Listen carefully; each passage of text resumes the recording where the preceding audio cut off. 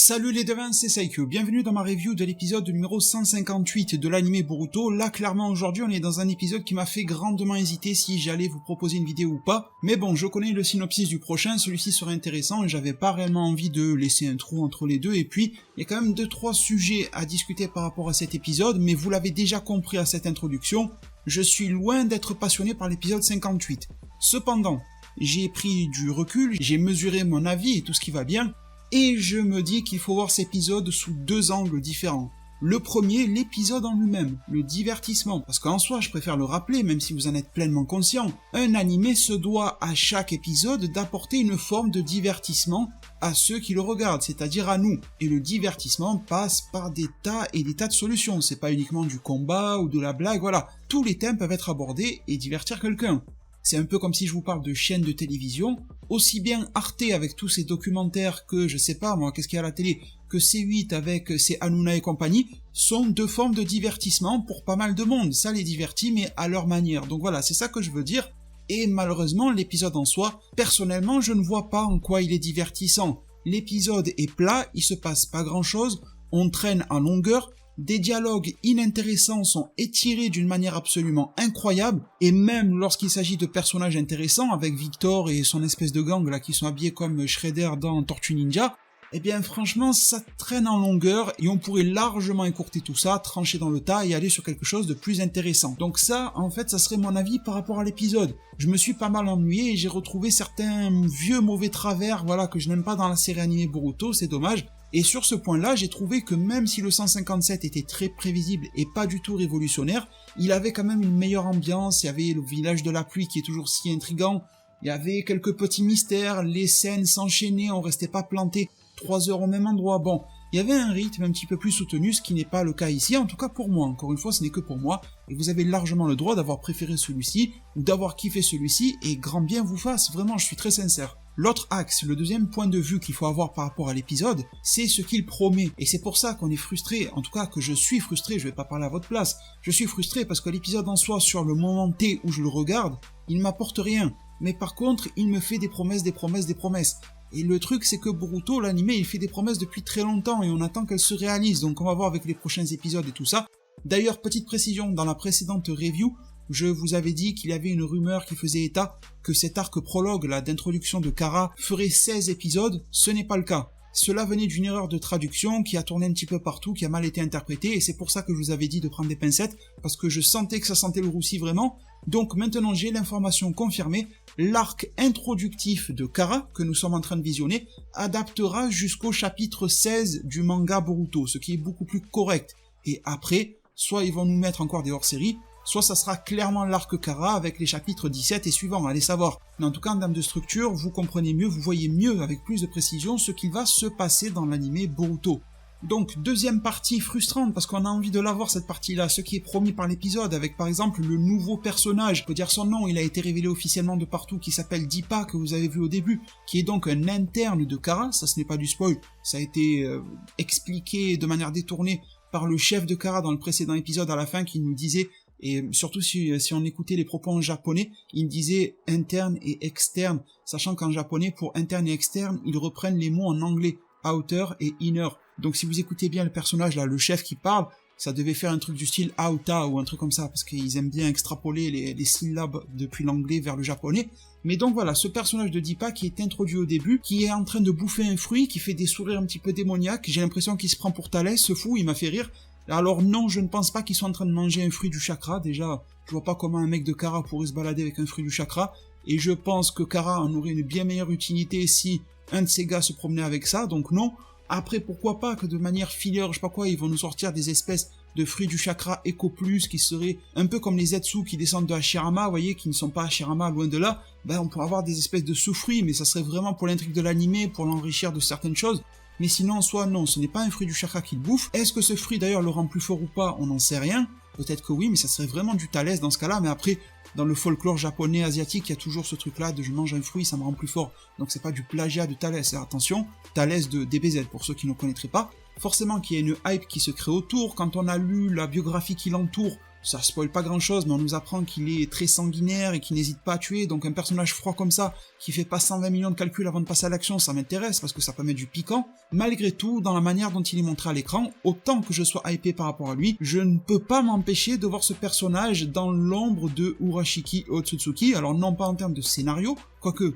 imaginez, Urashiki s'est fait péter la gueule, et à cause de lui, il y aurait Deepa, ou c'est Deepa c'est lui, bon, ça je n'en sais rien, mais sans parler de lien scénaristique, en termes d'utilité, en termes de à quoi va servir ce personnage dans le scénario, ben voilà, à faire 2-3 plans où il fait des sourires, où il fait des actions un peu mystérieuses, pour créer de la hype, mais sans rien derrière, donc j'ai peur que ce personnage soit uniquement là pour ça, mais bon, on va accorder une énième fois notre confiance au scénariste de l'animé, et se dire que Deepa va servir à quelque chose. Malheureusement, dans l'épisode, mis à part faire quelques sauts en haut d'une falaise, il n'aura pas fait grand chose et manger un fruit. Toujours sur le deuxième aspect de prolongation de ce que l'épisode promet, j'ai bien aimé aussi le descriptif qui a été fait de manière implicite de l'implantation de Kara, aussi bien que ça soit au niveau des externes que des internes. On sent que c'est une implication de longue date, en profondeur, avec des grosses ramifications, et on nous fait sentir grâce à ce type d'épisode-là, au moins il y aura ce prestige-là, si je peux le dire ainsi, que Kara n'est pas une menace qui vient de se ramener là comme ça sur le tas. C'est une menace qui prémédite depuis longtemps, qui se prépare depuis très longtemps, qui agit en souterrain, qui a de l'argent, qui a des moyens techniques, logistiques, scientifiques, humains. Ils ont tout en fait, mais tout ça n'a pas été créé du jour au lendemain. On n'est pas dans l'archétype du nouveau méchant qui se ramène juste après, mais pile juste après que le précédent ait été tué comme ça, comme par magie, parce qu'il fallait bien créer une histoire. On n'est pas là-dedans, on est dans quelque chose, ou du moins on est dans une histoire qui essaye de justifier cela. Et on va dire que les efforts sont quand même louables et appréciables, parce qu'on se doute bien que Kara n'était pas prévu à l'époque où Naruto et Naruto Shippuden étaient en cours de publication, ça a été inventé après, c'est comme Dragon Ball Super, on essaye de retomber sur nos pattes en créant une nouvelle histoire après, on savait très bien que Beerus par exemple n'était pas prévu. Mais c'est intéressant de voir comment on peut revenir sur des éléments passés et nous faire comprendre que ils sont là depuis un moment, donc on peut toujours se demander pourquoi les soupçons de Konoha ne se sont pas éveillés auparavant, mais ça serait être un peu chercheur d'embrouille, voilà. Ça passe, je trouve, de la manière dont ça a été décrit. En parlant d'implantation de Kara, je me demande réellement s'ils n'agissent pas, le groupe Kara, par rapport à d'anciens événements qui les ont mis en rogne, quoi, par rapport à d'anciens événements de Naruto, de Shippuden, ou même d'avant cette date-là. Alors, sans spoiler le manga, on sait à l'intérieur de celui-ci quel est l'objectif du chef, ça on le sait très bien, voilà, c'est précis. Par contre, le fait que tous les membres de Kara se rassemblent, ce n'est pas juste pour faire du léchage de bottes envers le chef. Il y a quelque chose d'autre, il y a une motivation commune et globale. Et ça, même au travers du manga, on ne le sait pas réellement, une forme de rancœur, etc. Et cette rancœur, ça fait 2 épisodes qu'elle nous est montrée. Le fait que même en gagnant les guerres, avec un après-guerre qui est positif, avec les reconstructions, il y a des gros laissés-pour-compte, des laissés-pour-compte massifs. Par laissés-pour-compte, c'est les orphelins, c'est les familles dans la misère, c'est les pays qui reconstruisent pas aussi bien que Konoha par exemple, et tout cela crée une rancœur générale que l'on peut retrouver dans le personnage de Garashi de la semaine dernière, mais aussi de Victor cette semaine avec l'épisode 158. Donc ça, encore une fois, c'est du positif. Vous voyez, même si je n'ai pas réellement aimé l'épisode,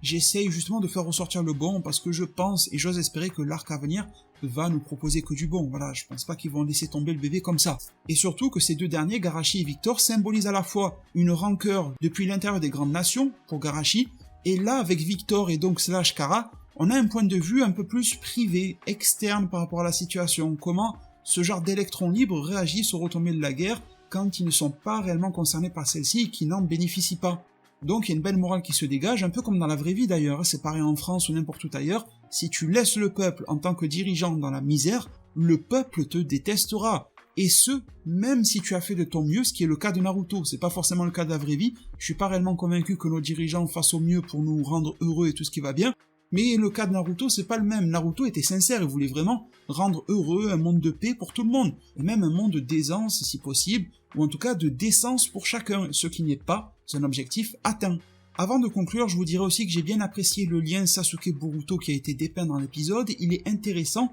et d'ailleurs ça fait beaucoup d'écho à ma dernière vidéo sur Boruto, c'est une vidéo sur le manga Boruto. Donc je vous l'affiche pas à l'écran pour pas spoiler pour les non-lecteurs, mais le lien se trouve en description. Le titre de la vidéo, je l'ai remanié en description pour pas spoiler si jamais voilà vous passez par la description, mais vous le retrouvez pour les lecteurs du manga. Une grosse théorie sur Boruto, en particulier sur l'ellipse. Ça c'est un spoil pour personne, vous avez tous vu le premier épisode de l'anime Boruto. Boruto est adulte, donc forcément on va avoir une ellipse qui va couper entre le Boruto enfant et le Boruto adulte. Justement une théorie qui se pose là-dessus, et à l'intérieur de cette théorie-là, je vous faisais part de mon avis sur la relation Sasuke-Boruto, et l'épisode mettait en avant pas mal de points là. D'ailleurs, il y a même un abonné, je te fais un petit coucou si tu te reconnais, qui m'a fait un commentaire par rapport à ça en me disant « Ta vidéo, Saikyo, fait pas mal de relations avec ce qui a été dit dans l'épisode 158, c'est intéressant. Le lien Sasuke-Boruto, ils sont à la fois proches, mais Sasuke ne reconnaît pas encore Boruto en tant que l'élève méritant qu'il pourrait être, et de l'autre côté, Boruto se trouve toujours un petit peu comme un boulet. Donc j'ai bien apprécié, et forcément vous vous en doutez,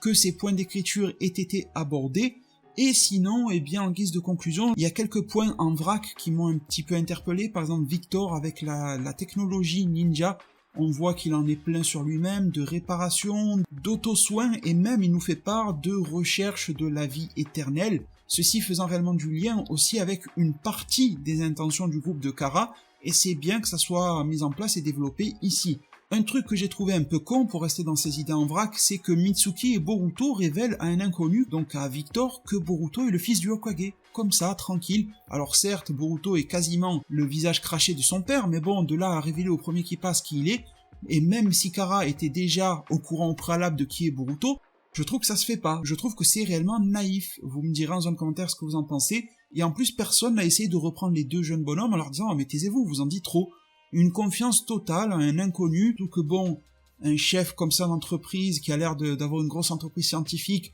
on connaît le truc, ça peut être un petit peu véreux et tout ça, mais non, confiance 100%, voilà, porte ouverte, c'était un petit peu bizarre et interpellant pour moi, pour des ninjas, en plus accompagnés de deux Jonin. En parlant de Jonin, vous avez bien fait dans la vidéo précédente de me rappeler qui était Mugino, c'est vrai qu'on le voit dans le manga, c'est vrai d'ailleurs qu'il a un rôle relativement important, donc merci, j'avais cru en disant son nom que c'était un perso inventé, mais non, il n'en est rien, donc c'est cool que l'anime reprenne ces éléments-là. Et sinon, ouais, pour les deux Jonin, j'ai pas aimé que deux Jonin, Mugino et Konohamaru, galère sur des actions basiques, déjà en termes de tracking du personnage qu'il cherchait, là je me rappelle même plus, le mari il est un peu bizarre qu'il cherchait, en termes d'interrogatoire, j'ai trouvé qu'au moindre échec, ils allaient retourner le dos, dire allez c'est bon, on s'en va, ou alors on cherche une autre faille, enfin, ils abandonnaient très vite, et voilà, c'était pas correspondant au titre de Jonin de Konoha qu'ils avaient, et même ils galéraient sur des actions du style, pour calmer la jeune femme là qui s'est mise à pleurer, à avoir une petite crise hystérie, ce qui est compréhensible, hein, ils appellent à l'aide Boruto pour la maîtriser. Alors là, j'ai pété un plomb, je me suis dit, mais qu'est-ce qui se passe?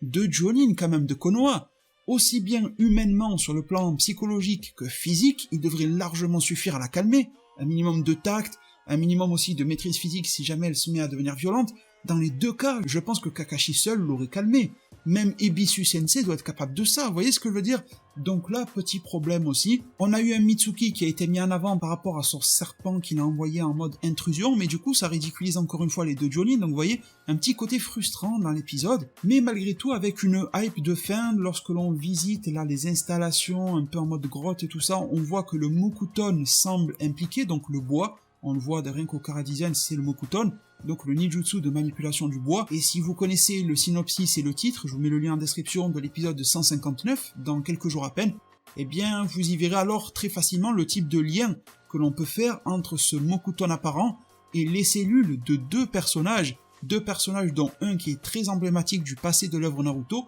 et un qui est très important à l'heure actuelle, et qui va être affecté dès le prochain épisode. Je ne vous en dis alors pas plus, vous avez tous les liens en description si jamais vous avez besoin de spoilers, d'informations, de news aussi bien sur l'anime que sur le manga. Je vais vous faire un petit récap tout ça en description. Et puis voilà, merci infiniment pour le soutien, si cette vidéo là vous a plu, le pouce bleu, l'abonnement, cloche des notifications. Je vous dis alors de prendre très bien soin de votre futur, et à plus pour le prochain Zard Divinatoire.